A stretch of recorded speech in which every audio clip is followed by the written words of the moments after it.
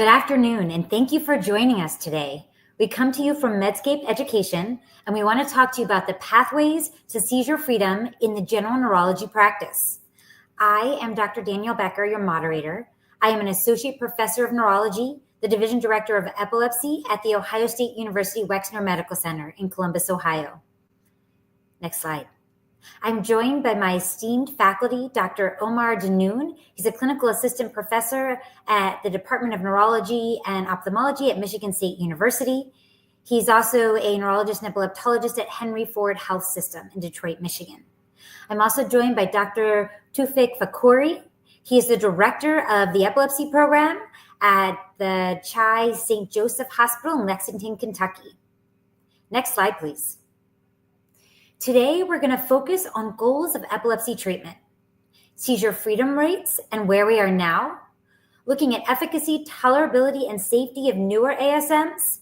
We'll then summarize some key takeaway messages, and we'll also tell you about another opportunity, a part 2 of this series, a live streaming event on April 5th that will actually present a case and take you through some additional highlights. Next slide.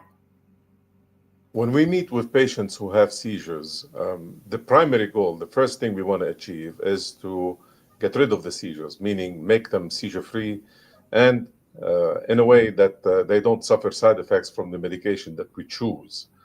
Also, when we meet with them, we want them to achieve their full potential, and that is done through, hopefully, seizure freedom, which means they can live their lives unburdened by physical, psychological, and social consequences of epilepsy. And there are many of those. We also discuss with them different comorbidities, and in particular, we address the stigma of epilepsy and make sure they understand that this is just like any other medical condition. They take their medication and they're seizure-free and they live their lives. That's the aim. Our success rate hovers around 60% or a little bit more in achieving seizure freedom with anti-seizure medications. The problem is that even among that population where we do achieve seizure freedom, many of them are going to have different types of side effects from whatever medication that we choose.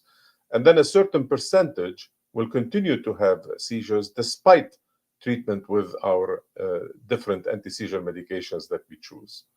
Next, please. So what has happened over over time? What we can see on this slide is that over the course of 30 to 40 years, we've really not made much of a difference in terms of how many people become seizure-free and how many people go on to have refractory seizures.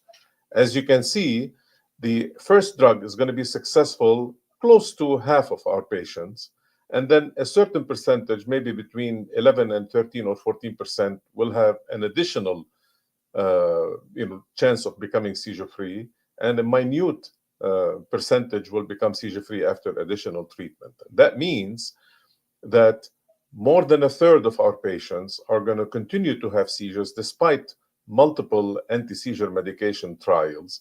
And also, as you can notice, the more medicines you try, the less the percentage of success in terms of seizure freedom is achieved, which can be, which is a normal process, I guess. It can be understandable. And you end up with more than a third of our patients remaining uncontrolled with refractory seizures. Next, please. So when we're thinking about this percentage of drug-resistant epilepsy, the question is, can we prevent the progression of treatment-resistant epilepsy, and can we intervene early, which is a key here. So when we think about epilepsy, we think about a progressive chronic condition, which means epilepsy can get worse with time, especially if the seizures are not controlled. So that will lead to worsening brain damage because of ongoing seizures, and which will lead to worsening cognitive function. That can be also a combination of the seizures themselves can worsen the cognitive function, and also it can be a burden from the anti-seizure medications. And then also it will lead to worsening mood and overall worsening quality of life. And that will all lead to higher cost for all the society because of epilepsy. So when do we start using newer anti-seizure medications? And we should use them early on in the process, before the treatment fails, before there is a high burden of disease and high burden of medications. We should get to the patients and treat them earlier, before they lose their employment, before they have limitation in education, also before they have issues with social and family limitations that can all lead to independence and issues with confidence. Next slide, please. So the question is that how we can impact this. Can we prevent the development of drug-resistant epilepsy from even happening? And how can we halt the progression of this progressive disease? This is an ongoing discussion and conversation, ongoing research. Our goal is to prevent this from getting worse, and that's why we are focusing on newer anti-seizure medication to achieve these goals. Next slide, please. So how do you pick the right medication at the right time? So first and foremost, when we're sitting down and talking to patients about potentially adding a new medication, or even when we first start one, we're talking about efficacy of that medication and effects on continued seizures. We also want to think about side effects and tolerability, interactions with other medications. We want to think about ease of titration and dosing frequency. Are they once a day dosed or twice daily dosing? And does that help with adherence? We want to consider comorbidities. What are the side effects, but do they worsen mood? Do they worsen cognition?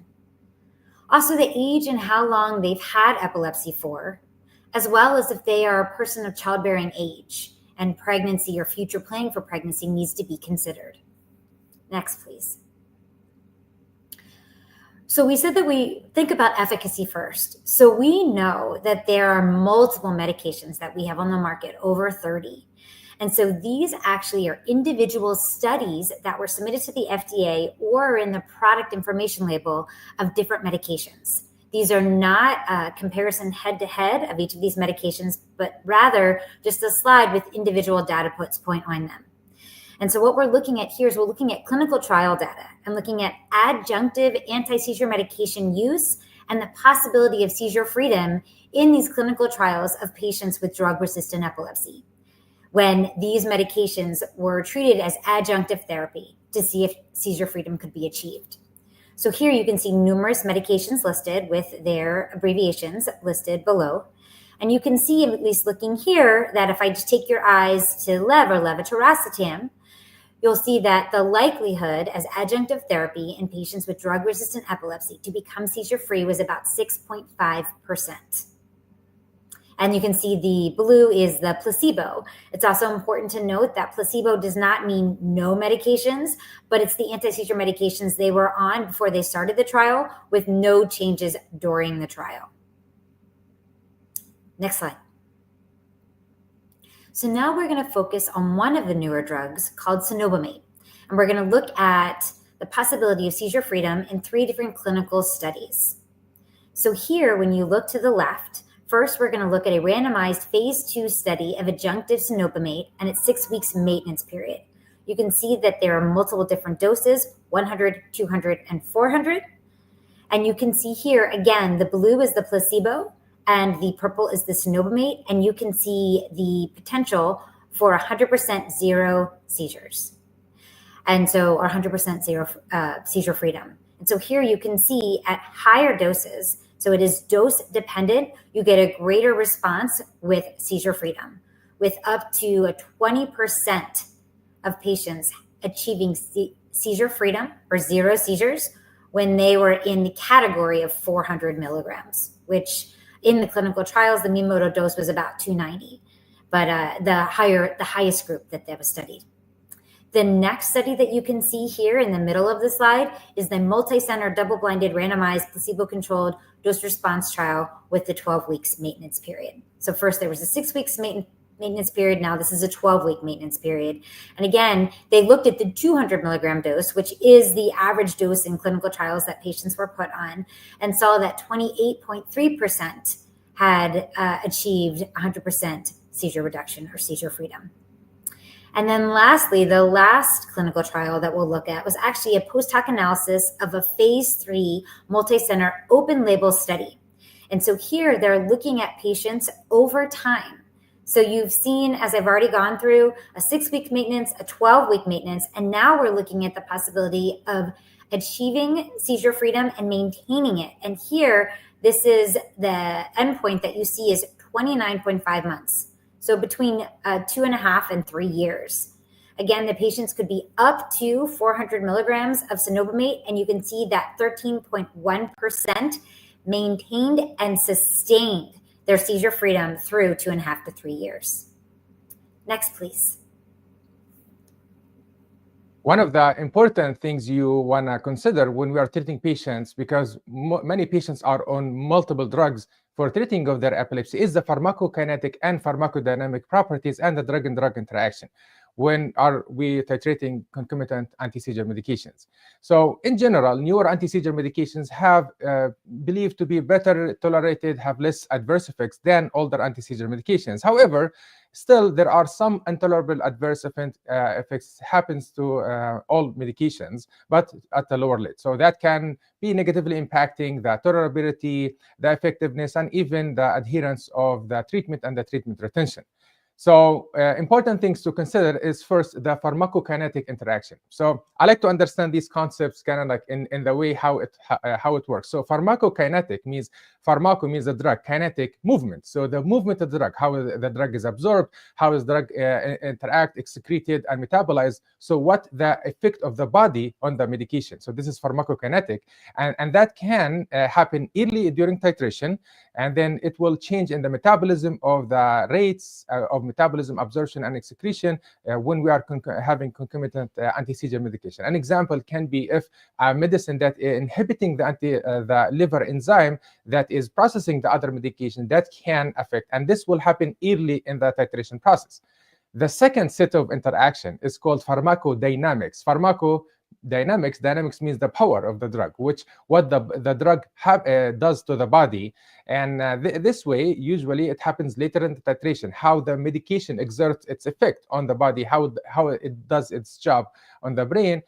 So that's the pharmacodynamics. And this happens due to the medication's mechanism of action and how it works.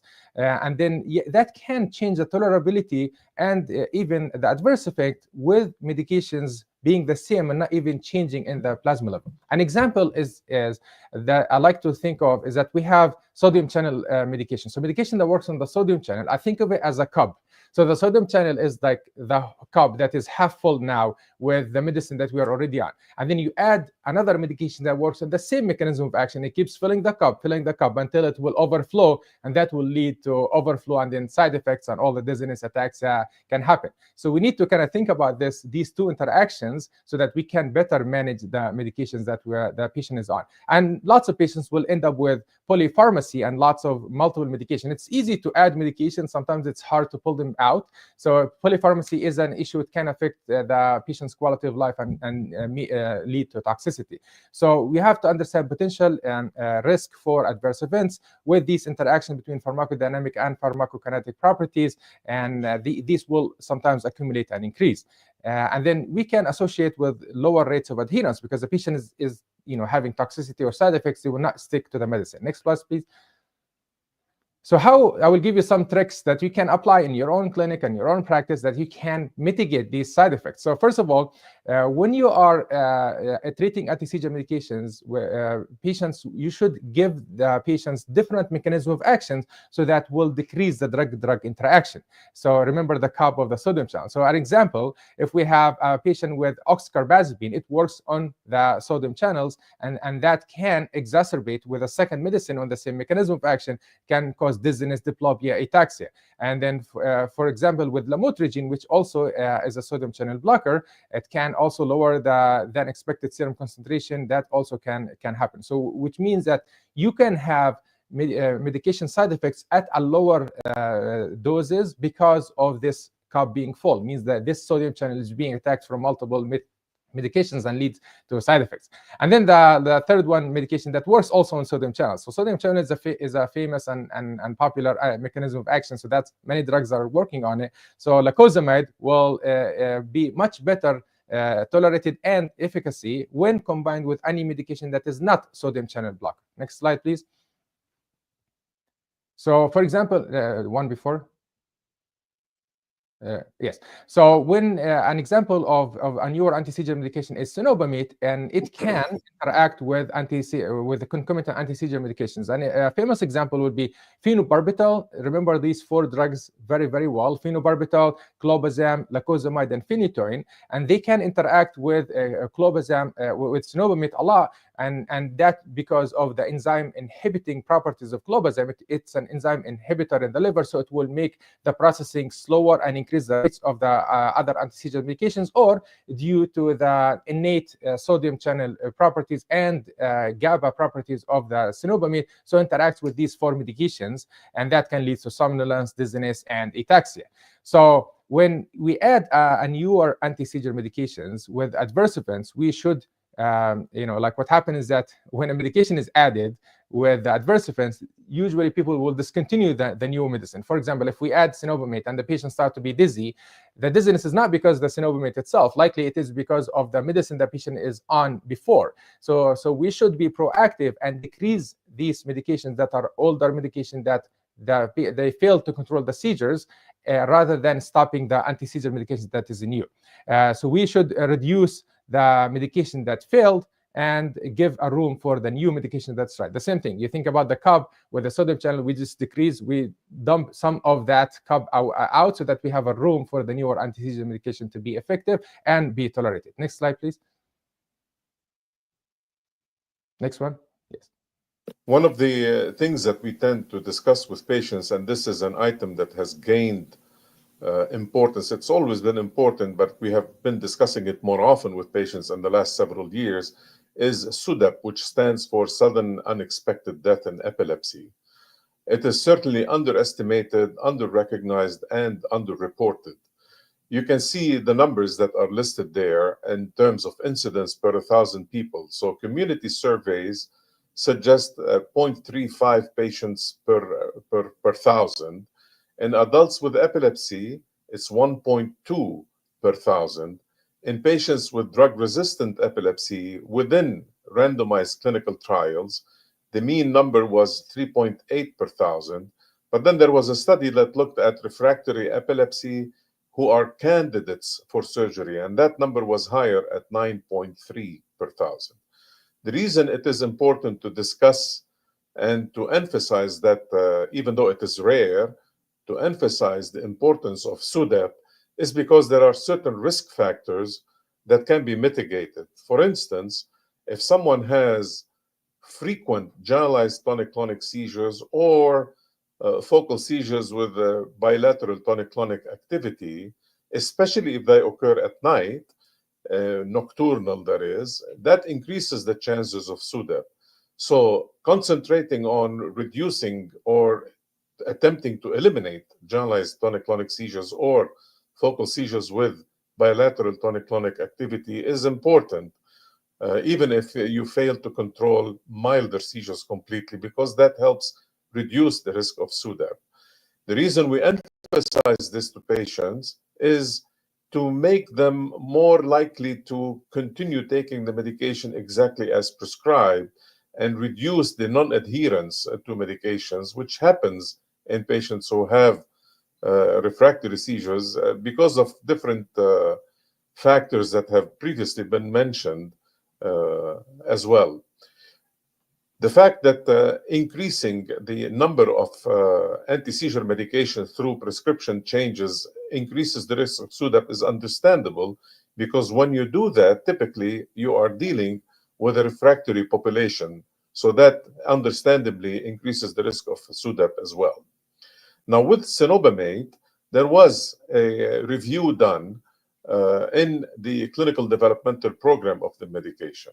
And the mortality was noted to be 23 deaths, which represents 4 per 1,000 person years. 22 of the 23 deaths had generalized seizures, meaning focal seizures with bilateral tonic-clonic activity. 5 cases of SUDEP, all of whom had this most severe seizure type, the focal with secondary generalization. And the rate of SUDEP in the clinical program was 0.88 per 1,000. And so if you look at the standard mortality ratio, the standard mortality ratio with cenobamate was 1.32, which is really not significantly different from the general population. So the analysis leads one to believe that in taking cenobamate, you are increasing the chances of seizure freedom and you are reducing the chances of SUDEP, which is, I guess, the most severe consequence of uncontrolled seizures. Next, please. So thank you for joining us today and participating in our first part of talking about how to look at seizure freedom in a general practice. Please join us for part 2 of this exciting series in epilepsy, Pathways to Seizure Freedom in the General Neurology Practice, from Patient Journeys to Clinical Application. This will be held on April 5th of 2025 at 12 p.m. Eastern Time. You can see the website here, as well as the QR code to register. And again, this will be expounding on what we talked about today and bringing a clinical case to light as we highlight additional points that are important for consideration in our patients' journeys. Thank you for participating in this activity, and thank you for joining us today.